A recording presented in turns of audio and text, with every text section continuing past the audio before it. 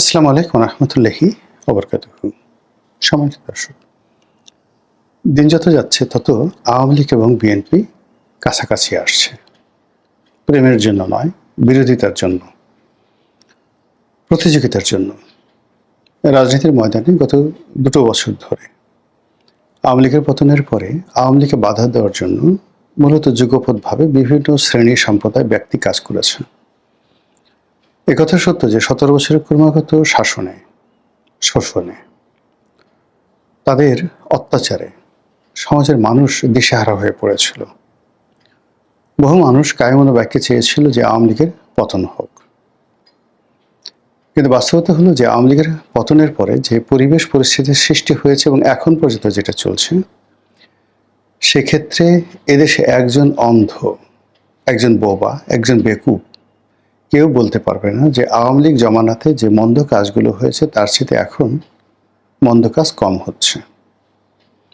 একজন লোক বলতে পারবে না যে আওয়ামী লীগ জমানাতে যে ভালো কাজগুলো হয়েছে দেশের জন্য, জাতির জন্য, কল্যাণের জন্য, ব্যবসার জন্য, বাণিজ্যের জন্য, তার চেয়ে আরও বেশি কাজ এই জমানাতে হচ্ছে। আমরা ডক্টর মোহাম্মদ ইউনূসের জমানাতে দেখেছি যে এক রাশ কথার ফুলঝুরি। তিনি কেবল কথা বলেই চলেছেন, কেউ শুনুক বা না শুনুক তিনি বলবেনই। কেউ টিটকারি করুক, হাসুক, মস্কারা করুক, এটা কোনো বিষয় নয়। তাকে হাসতেই হবে জনগণের সামনে, আর ক্রমাগত মানুষকে স্বপ্ন দেখাতে হবে, এবং যেন তেন স্বপ্ন নয়, একেবারে ডাহা মিথ্যা স্বপ্ন। এবং ক্রমাগত 18 বর্ষ ধরে তিনি সেই মিথ্যার ভারে ডুবতে ডুবতে এমন একটা জায়গাতে তিনি ডুবে গেলেন যে এখন এই বাংলাদেশে ইউনূস নামে যে কোনো প্রাণী আছেন, জীবিত আছেন, বেঁচে আছেন, ভালো আছেন, কোথায় আছেন, কেমন আছেন, এটা নিয়ে কোনো মানুষের আগ্রহ নেই। মানুষ তাকে খুঁজে গালি দেওয়ার জন্য, মানুষ তাকে খুঁজে বদনাম করার জন্য।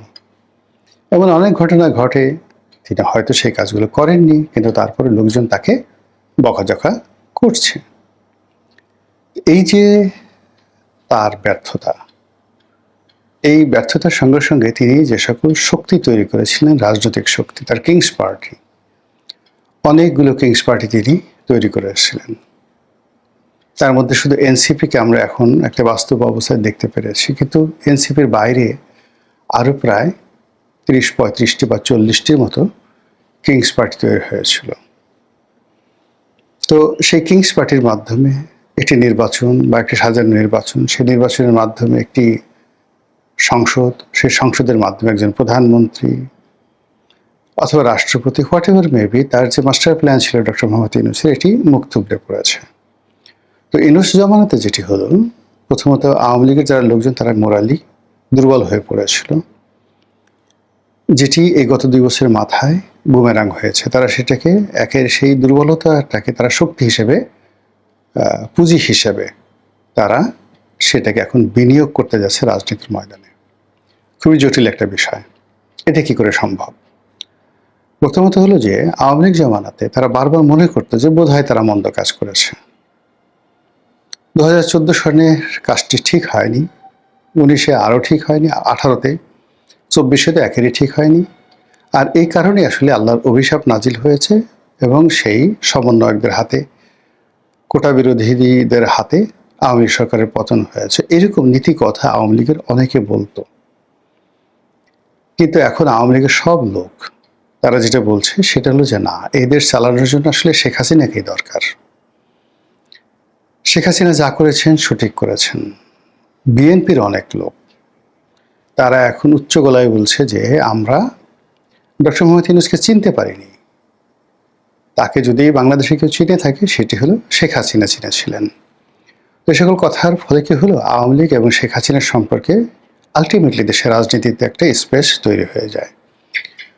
অন্যদিকে ডক্টর মোহাম্মদ ইউনূসের ক্যাবিনেটে যারা ছিলেন, এর দুটো অংশ, একটা হলো ছাত্রদের মধ্যে যে অংশটি ক্যাবিনেটে ছিলেন অথবা ক্যাবিনেটে না থেকেও তারা মন্ত্রীর পদমর্যাদায় প্রভাব বিস্তার করেছে, যেমন হাসনাত, সার্জিস, তাদের ক্ষমতা কোনো অংশে কোনো মন্ত্রীর চেয়ে কম ছিল না। অন্যদিকে ক্যাবিনেটে যারা ছিলেন, সেই ক্যাবিনেটে ছিলেন যেমন মাহফুজ ছিলেন, আসিফ মাহমুদ সজীব ভুঁইয়া ছিলেন, নাহিদ ছিলেন। তো নাহিদ এখনো পর্যন্ত কোনো কিছু বলেনি এভাবে, কিন্তু আসিফ মাহমুদ সজীব ভুঁইয়া এবং মাহফুজ সরাসরি যেটি বলেছেন সেটি হলো তারা ইনুস সাহেবকে বুঝতে পারেননি, তারা কিচেন ক্যাবিনেটে ছিলেন না, তাদের সঙ্গে প্রতারণা করা হয়েছে এবং তাদেরকে সামনে দেখিয়ে দ্য ওল্ড হ্যাগার্ড, বুড়ো বা বুড়ি ডাইনি যারা ছিলে তারা তাদেরকে ব্যবহার করে নিজেদের স্বার্থ হাসিল করেছে। তো এই সকল কথার পাশাপাশি আবার বিএনপির যারা লোকজন আছে তারাও ডক্টর মোহাম্মদ ইউনূসের ব্যাপারে কেউ খুশি নন। এই ভদ্রলোক নানা রকম আমলাতান্ত্রিক জটিলতা তৈরি করে গেছে, সরকারের জন্য অনেকগুলো বোঝা তৈরি করে গেছে এবং আমাদের এই সমাজের যে বন্ধন ছিল, রাজনৈতিক বন্ধন, সামাজিক বন্ধন, সেই রাজনৈতিক সামাজিক বন্ধন ছিন্ন এবং বিচ্ছিন্ন করে দিয়েছে। এবং সেটা কেমন ছিল জাস্ট একটা উদাহরণ দিই। সম্প্রতি যেটি প্রকাশ্যে চলে এসছে, একজন সাংবাদিক, নামই বলে ফেলি, সেটা হলো বিবিসিতে চাকরি করতো আকবর, তিনি। আর পরবর্তীতে এই আকবর আবার ইউনূসের জমানাতে প্রেস মিনিস্টার রূপে তিনি চাকরি করেছেন লন্ডন দূতাবাসে। তা আকবরের একটি বক্তব্য যে তিনি রিপোর্ট করার জন্য একটি জেলাতে গেলেন এবং সেখানে গিয়ে তিনি জানতে পারলেন যে ওখানে আওয়ামী লীগ জমানাতে আওয়ামী লীগের যে এমপি সংসদ সদস্য, তিনি প্রতি মাসে বিএনপির ওখানে যিনি সাবেক এমপি তাকে 5 লাখ টাকা করে দেন, ডোনেশন দেন, যেন তিনি রাজনীতি করতে পারেন। এই ঘটনা সত্য, সে নাম বলেনি কিন্তু সে জানে এবং সে বললে প্রয়োজনে আমি নাম বলবো, কিন্তু আমিও জানি এই ঘটনা সত্য। এরকম অসংখ্য ঘটনা, এই ঘটনা ঢাকা জেলায় ঘটেছে, এই ঘটনা নোয়াখালীতে ঘটেছে, এই ঘটনা যে কুমিল্লাতে ঘটেনি তাও কিন্তু বলা যাবে না। তো কাজেই এই যে রাজনীতির একটা সহমর্মিতা ছিল, অনেক কিছু আওয়ামী লীগের নেতারা নিয়ন্ত্রণ করতে পারতেন না, কিন্তু তারা বিএনপির সঙ্গে আসলে সম্পর্কটা নষ্ট করতেন না। কেন করতেন না? তারা জানতেন যে সামনে যদি নির্বাচন আসে তাহলে বিএনপি অবশ্যই ক্ষমতায় আসবে। তো সেক্ষেত্রে সংসদ সদস্যদের সাথে, সম্ভাব্য মন্ত্রীদের সাথে যেন তৃণমূল পর্যায়ে কারো সম্পর্ক নষ্ট না হয়, এটা যারা বুদ্ধিমান মানুষ তারা কিন্তু সেই কাজটি করতেন। তো ফলে কি হলো দেখুন, এই জামানাতে আওয়ামী লীগ নেই, অনেকে পালিয়েছেন কিন্তু সবাই পালাননি। আওয়ামী লীগের অনেক সংসদ সদস্য, সাবেক সংসদ সদস্য, তারা জেলখানাতে আছে, কিন্তু ওই যে তারা যে বিনিয়োগ করেছিলেন তাদের জামানাতে, বিএনপির যে নেতাদেরকে তারা সাহায্য করেছিলেন, তারা এখন তাদেরকে সাহায্য করেন এবং সহযোগিতা করেন, টাকা দিয়ে, পয়সা দিয়ে, সব দিয়ে। এটা একটা রাজনীতির কালচার। এটা বঙ্গবন্ধুর জামানাতেও ছিল, পাকিস্তান জামানাতেও ছিল। মুসলিম লীগের অনেক শীর্ষ নেতারা আওয়ামী লীগকে সহযোগিতা করতেন, আওয়ামী লীগের অনেক নেতা মুসলিম লীগের করতেন, বঙ্গবন্ধু স্বয়ং শাহজিজকে মাসোহারা দিতেন।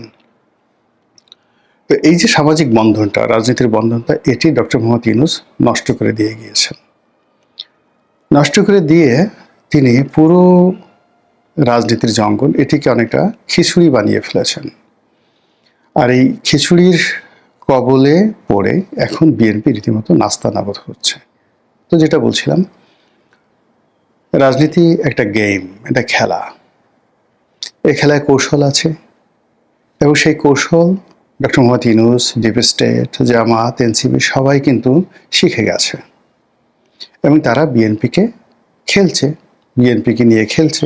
খেলে তারা যে কাজটি করছে সেটি হলো সরাসরি বিএনপি এবং আওয়ামী লীগ এই দুটো শক্তিকে মুখোমুখি করে দিয়েছে। এবং মাত্র 2 বছরের মাথায় আমি যেটা বললাম, যখন প্রথমত এনসিপির একটা 9ম শ্রেণীতে পড়ে, 10ম শ্রেণীতে পড়ে, এরকম 4-5 জন ছেলে মেয়ে, ইন্টারমিডিয়েট পড়ে এমন 3-4 জন ছেলে মেয়ে, তারা যখন দিদারসে মাশরাফি বিন মুর্তজার মতো মানুষকে মাফ করত, তারা যখন সাবের হোসেন চৌধুরীর মতো মানুষের সঙ্গে মাফ করতো, তখন প্রশাসন নীরবে থাকতো এবং আওয়ামী লীগের লোকজন সামনে এগিয়ে আসার সাহস দেখাতো না। তাদের একটা মোরাল দুর্বলতা ছিল যে আমরা আসলে সত্যি অন্যায় করেছি। কাজেই এই যে মব কিছু হচ্ছে বা যা কিছু হচ্ছে, এটা আমাদের প্রাপ্য। কিন্তু গত 2 বছরের ডক্টর মোহাম্মদ ইউনূসের ব্যর্থতা এবং গত 100 দিনে এই বর্তমান সরকারের কোনো সফলতা না থাকা, এই কারণে আওয়ামী লীগের সাহস বেড়ে গেছে। আওয়ামী লীগের শক্তি বেড়ে গেছে, তাদের নীতি নৈতিকতার যে জায়গাটি সেটি তারা রিগেইন করেছে এবং তারা মনে হচ্ছে যে না, আমরা সঠিক ছিলাম, এই জাতি মানে একমাত্র শেখ হাসিনা ছাড়া কেউ সফল হতে পারবে না। ফলে কি হচ্ছে, এখন তারা জামাতের সঙ্গে মারামারি করবে কল্পনাও করতে পারে না, এনসিপির সঙ্গে মারামারি করবে কল্পনাই করতে পারে না। এনসিপি বা জামাত তারা আসলে এই পরিস্থিতিতে আওয়ামী লীগের সঙ্গে মারামারি করবে এটা তারাও কল্পনা করে না। তারা বরং অনেকেই দায় এড়ানোর জন্য আমরা তো এই কাজ করিনি, এটা সবই বিএনপি করেছে, তারেক রহমান সাহেব লন্ডন থেকে টাকা দিয়েছে, তো সালাউদ্দিন সাহেব ভারত থেকে টাকা দিয়েছে, তাদের টাকায় জুলাই বিপ্লব হয়েছে, তাদের টাকা দিয়ে ওই জুলাইতে যা কিছু হয়েছে দে হ্যাভ ইনভেস্টেড, এটা নুরু বলেছে, তারপর তারেক বলেছে, স্বয়ং তারেক রহমান সাহেবের যারা ঘনিষ্ঠজন তারাও বলেছেন যে তিনি হলেন এই আন্দোলনের মাস্টার মাইন্ড। ফলে সত্যিকার অর্থে যারা মাস্টার মাইন্ড তারা এখন আর নিজেদেরকে মাস্টার মাইন্ড বলছেন না, তারা ঠেলে ঠেলে বিএনপিকে বলছেন যে এরা হলো মাস্টার মাইন্ড। কারণটা হলো সামনে যে রাজনীতির সমীকরণ আসছে সেই সমীকরণে যেন বিএনপি এবং আওয়ামী লীগ সরাসরি মাঠে আসে। আর সরাসরি মাঠে আসলে আপনি বুঝতে পারেন যে বিএনপি মূলত গত এই ৩-৪ মাস ধরে শক্তি অর্জন করার চেষ্টা করছে। অন্যদিকে আওয়ামী লীগ গত ১৭ বছর ধরে যে শক্তি সঞ্চয় করেছে, যে শক্তি অর্জন করেছে, যেটি গত ২ বছরের মানে জুলুম অত্যাচারের পরিবেশ পরিস্থিতি বা বিরূপ পরিস্থিতির কারণে এটি এখনো নিঃশেষ হয়ে যায়নি। ফলে আওয়ামী লীগের যা কিছু আছে এটুকুকে যদি আপনি একটা মেশিনে তৈরি করেন বা একটা শক্তিতে রূপান্তর করেন, আর বিএনপি যতটুকু অর্জন করেছে গত ৪ মাসে সেটিকে যদি একটি শক্তিতে রূপান্তরিত করেন এবং দুটো শক্তি বা ফোর্সকে যদি মুখোমুখি দাঁড় করিয়ে দেন, আপনি খুব সহজেই বুঝতে পারবেন কারা বিজয়ী হবে, কারা লাভবান হবে, কারা ক্ষতিগ্রস্ত হবে। এবং এই কাজটি করার জন্যই Jamaat, NCP, doctor Mohammad Yunus, deep state, এমনকি ভারত সবাই মিলে পুরো মাঠটিকে আওয়ামী লীগের জন্য একটা সুবিধাজনক অবস্থান তৈরি করে ফেলেছে, আর বিএনপির জন্য এমন একটা অবস্থা তৈরি করে ফেলেছে বিএনপি এখন নিশ্চিম নীরব একা। আপনি চিন্তা করুন যে সংগঠন এখন বিএনপির সাথে যারা যারা আছে, জুনায়েদ সাকি আছে, নুরুল হক নুরু আছে, তারপর আন্দালিব রহমান পার্থ আছে, সাদাত হোসেন সেলিম আছে, তো এখন তারা সংসদ সদস্য হয়েছেন, তারা তারেক রহমান সাহেবের খুবই আপনজন প্রিয়জন। তারা হয়তো তারেক রহমান সাহেবের জন্য যদি চান নেতা আপনার জন্য আমার সেই কলিজাটা খুলে আপনার হাতে দিলাম, আপনি এটাকে কলিজাটা ভুনা করে খেয়ে ফেলেন, এই কথা তারা বলতে পারবে। বা তারা যদি চান ওই যেভাবে নূরে আলম সিদ্দিকী সাহেব বঙ্গবন্ধুকে খুশি করার জন্য বক্তব্য দিয়েছিলেন যে হে নেতা, আপনি যদি চান তবে নিজের চোখ নিচে তুলে রক্ত জবার মতো আপনার হাতে তুলে দেব, কিন্তু আপনি যে বাকশাল করলেন সেটা সমর্থন করব না। তো সেইভাবে যারা জনাব তারেক রহমান সাহেবের ঘনিষ্ঠজন, তারেক রহমান সাহেব যাদেরকে বিশ্বাস করে ক্ষমতার একেবারে পাদপীঠে বসেছে, তারা বলবে হে নেতা, যদি চান এই চোখ নিজের হাতে তুলে রক্ত যাবার মতো আপনার কাছে দিয়ে দেব, আমার যে কলিজা সেই কলিজাটা নিজের গলার মধ্যে হাত দিয়ে কলিজাটা টেনে ছিঁড়ে বের করে আপনার হাতে দিয়ে দেব। কিন্তু যদি বলেন আওয়ামী লীগের সঙ্গে মারামারি করার জন্য, হে জনাব, এটি কি করে সম্ভব? আমি একা মানুষ, আমি তো সমূলে মরে যাব, আমার কলিজা ছিঁড়ে নিয়ে গেলে হয়তো আমি বাঁচতে পারি, চোখ না থাকলে বাঁচতে পারি, কিন্তু আওয়ামী লীগের পাল্লায় যদি পড়ি তো জীবন নিয়ে টানাটানি, আমার তো সংগঠন নেই, আমার তো লোক নেই, জন্যই আমি যা আছি আমি একা, এই একা দিয়ে আমি আপনার জন্য সুপা চালাতে পারি, চাপা চালাতে পারি, আপনার জন্য সব কিছু করতে পারি, কিন্তু আমি তো আমার লোকবল দিয়ে আওয়ামী লীগের সঙ্গে পারবো না জনাব। এরকম একটা ডায়ালগ তৈরি হতে পারে। আর এই দৃশ্য দেখে জামাত, এনসিপির যারা লোকজন আছে তারা হাসতে পারে, মুখ হা হা হা করে হাসতে পারে। তো কাজেই রাজনীতি যত সহজ যাচ্ছে, যত সহজ মনে হচ্ছে, আগামী দিনগুলোতে এগুলো এত সহজে যাবে না। মহান আল্লাহ আমাদের সবাইকে হেদায়েত দান করুন এবং হেফাজত করুন। আসসালামু আলাইকুম ওয়া রাহমাতুল্লাহি ওয়া বারাকাতুহু।